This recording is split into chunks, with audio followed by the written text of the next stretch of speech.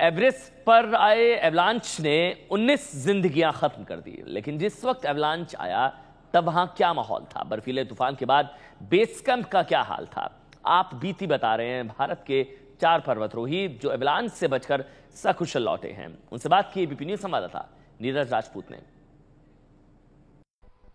25 अप्रैल यानी शनिवार को जब नेपाल में भूकंप आया तो दुनिया की सबसे ऊंची पर्वत श्रृंखला माउंट एवरेस्ट जो कि नेपाल में है, उस पर बर्फीला तूफान आया, अवलांच आया। और ये वीडियो उसी वक्त का है जब 11:50 पर भूकंप के बाद बर्फीला तूफान आया माउंट एवरेस्ट बेस कैंप पे, और सब कुछ तहस नहस हो गया इस बर्फीले तूफान में। ये वीडियो जो है ये उस कुछ देर बाद की है, उस बर्फीले तूफान की कुछ देर बाद की है।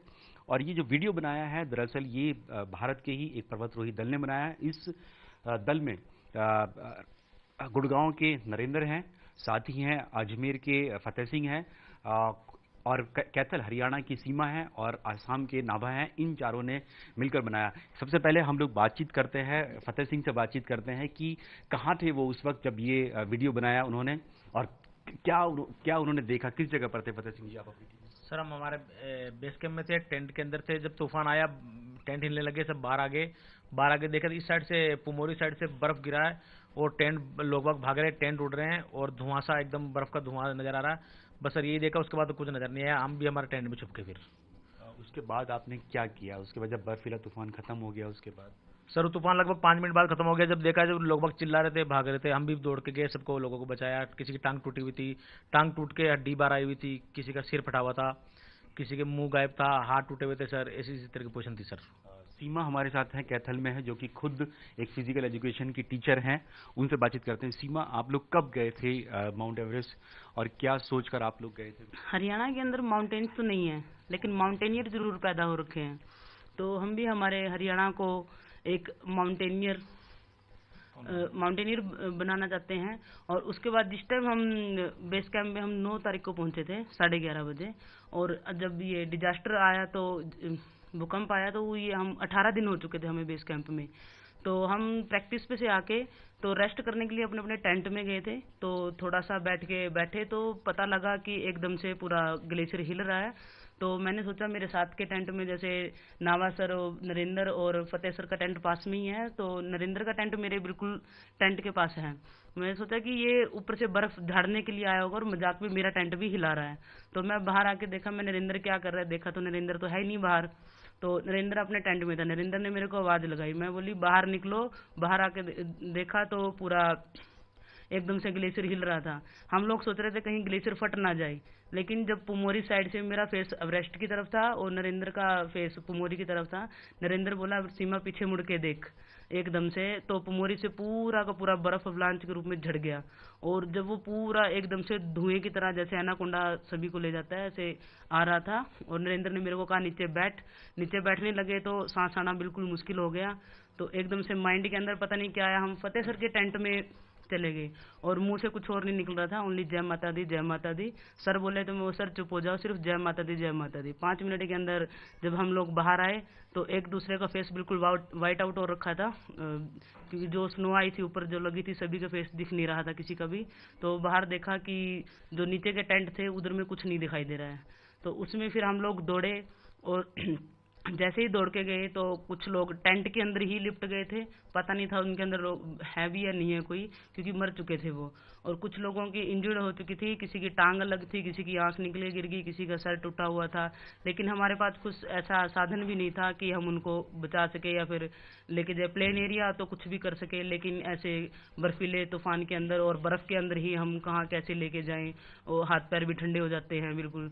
तो ऐसी मुसीबत में हम लोग सिर्फ माइंड के अंदर कुछ आ ही नहीं रहा था दौड़ने के सिवा। बिल्कुल, दौड़ने के सिवा कुछ नहीं, क्योंकि अपनी जान बचानी थी। ये जो वीडियो है, नरेंद्र हमारे साथ हैं। नरेंद्र, ये वीडियो जो बनाया गया है ये कितनी देर बाद का होगा जब एवलांच आया? ये सर आफ्टर 5 to 10 मिनट्स के बाद का है। इस वीडियो में हम जब बनाने गए तो चारों तरफ डेड बॉडीज, सब हेल्प के अलावा कुछ भी नहीं चिल्ला रहे थे। कुछ लोग टेंट के अंदर लिपटे हुए थे लेकिन डेड हो चुके थे, कुछ इंजर्ड थे, किसी का हाथ नहीं था तो किसी का पैर नहीं था, यानी सबके चारों तरफ तराही हो गया था।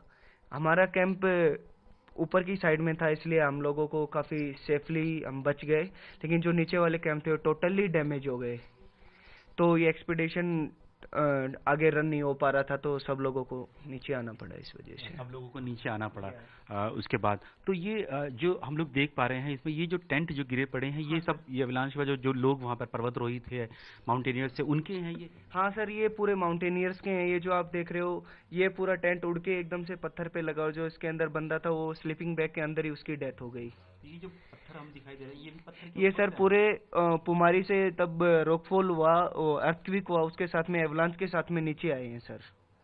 ये जो दिखाई हाँ दे यस सर, ये वाले। और ये बंदे जो घूम रहे हैं, ये अपने बंदों की डेड बॉडी सर्च कर रहे हैं इधर, कि हमारे बंदा है या नहीं है वो। यस। तो ये बताइए, नाभा भी हमारे साथ हैं, क्योंकि नाभा दूसरी बार जा चुके हैं। दूसरी बार गए थे आप माउंट एवरेस्ट में? तो ये बताइए कि कैसे आप लोग फिर वहाँ से निकल कर गए? जो एवलांच के बाद आदमी बिल्कुल बेस कैंप में रहना नहीं चाहते थे, क्योंकि और नेपाल गवर्नमेंट की तरफ से ऐसे मैसेज भेजा गया था, क्योंकि 24 आवर्स में और भी ऐसे एवलांच हो सकता है, अर्थक्वेक हो सकता है। इसलिए हम पहला रात तो हम बेस कैंप में ही बिताया, पहला रात एवलांच के दिन का रात।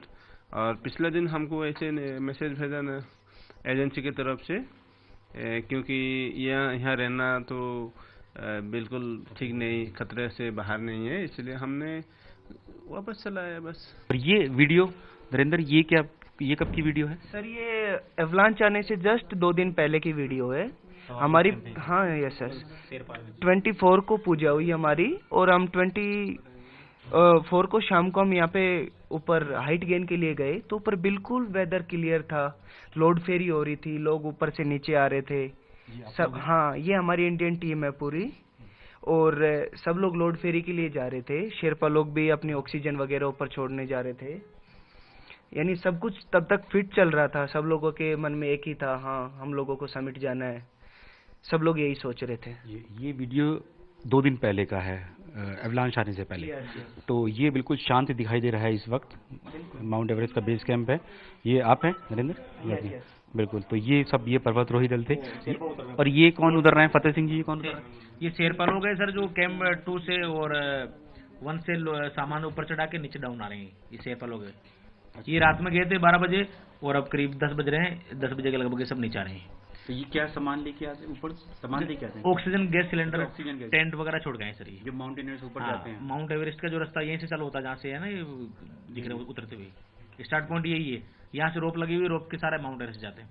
तो यहाँ से कितनी ऊंचाई और होगी माउंट एवरेस्ट? कितने दिन में पहुँच सकते हैं यहाँ से हम लोग? सर ये खुम्बु आइस फॉल से स्टार्ट होता है पूरा रूट। ये स्टार्ट पॉइंट सर, ये एवरेस्ट का स्टार्ट पॉइंट जो फ्लैग दिखाई दिया था। बिल्कुल सर, बिल्कुल वो ये यहाँ से स्टार्ट होता है। इसके बाद में कैंप 1 आता है, उसके बाद में कैंप 2 आता है, कैंप 3 आता है, फिर समिट कैंप 4 आता है, उसके बाद में समिट पॉइंट आता है। लगभग इसके, हाँ यस, इसके बाद में कम से कम 2 दिन रनिंग के बाद में समिट होता है आफ्टर बेस कैंप। यस। तो कितने दिन और लगते होंगे यहाँ तक पहुँचने के, बेस कैंप 1 से माउंट एवरेस्ट की चोटी तक पहुँचने में, फतेह हासिल करने में? सर कम से कम 2 या 3 दिन लगते हैं। यदि हम लोग कैंप 3 पहुँचने के बाद में पूरे 1.5 डेज। यस। हम दोपहर में कैंप 3 पहुँचते हैं, उसके 2 आवर्स बाद कैंप 4 रनिंग, और देन नाइट में हम समिट के लिए निकलते हैं। ये सब लोग कौन है जो लोड फेरी करके आ रहे हैं, सामान छोड़ के ऑक्सीजन सिलेंडर नीचे आ रहे हैं। ये देखो रोप के साथ आ रहा है, ध्यान से देखो, ये रोप दिख रही है? हाँ, ये रोप के साथ आ रहे हैं। अब ये रोप खोलेगा, ये लास्ट पॉइंट ये खोल दिया उसने, ये आगे लास्ट पॉइंट है बेस कैंप। हाँ, यस। यानी एवरेस्ट जाओगे तो स्टार्ट नीचे से, स्टार्ट से फर्स्ट पॉइंट है, फर्स्ट पॉइंट जी। तो ये बताइए कि कितना मुश्किल था वहाँ से बच के निकल आ पाना? सर बार बार भूकंप आ रहा था, बार बार धरती हिल रही थी, सब डर लग रहा था ग्लेशियर फट के कहीं अंदर बर्फ में हम नहीं समझ आए, इसलिए सब भी डरे हुए थे सर। अब कोई जाने के लिए रास्ता नहीं, दोनों साइड, तीनों साइड से हम पहाड़ में से गिरे हुए थे। अब एक साइड से पत्थर का वाला पहाड़ था, 2 साइड से बर्फ वाला पहाड़ था, कहीं जा भी नहीं सकते सर। अब भागोगे कहाँ? तो कितने पर्वतरोही जो दल होंगे, कितने देश के लोग आपने देखे वहाँ पे, कितने लोग होंगे बेस कैंप में? सर 1-1 2 मिला के तो पूरी दुनिया के देश के लोग ही होते सर। काफी दुनिया के? हाँ, पूरी दुनिया के होते हैं। 1-1 2 पूरा वो वर्ल्ड मिला के छोटा सा एक बेस कैंप होता है, यानी कि एक गाँव, जिसको खेल में समझ लो तो खेल गाँव समझ लो। और कितनी टीम, कितने लोग होंगे उस समय? सर उस टाइम इंडियन टीम तो लोड फेरी के लिए ऊपर गई हुई थी, बाकी हम नीचे थे हम।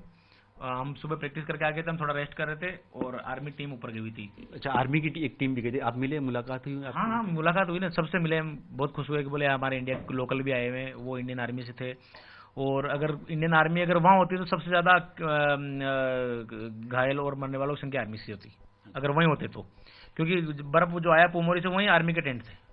तो आपने क्या उसके बाद भी, जब ये एवलांच आने के बाद भी मुलाकात की आर्मी की टीम? हाँ बिल्कुल, मिल के आए उनसे मिल के आए सर हम। और आपको बता दें, माउंट एवरेस्ट पर जो अवलांच आया, जो बर्फीला तूफान है, उसमें 19 लोगों की मौत हो चुकी है। और नेपाल में जो जलजला, जो भूकंप आया, उसमें अब तक 6300 से ज्यादा लोगों की जान जा चुकी है।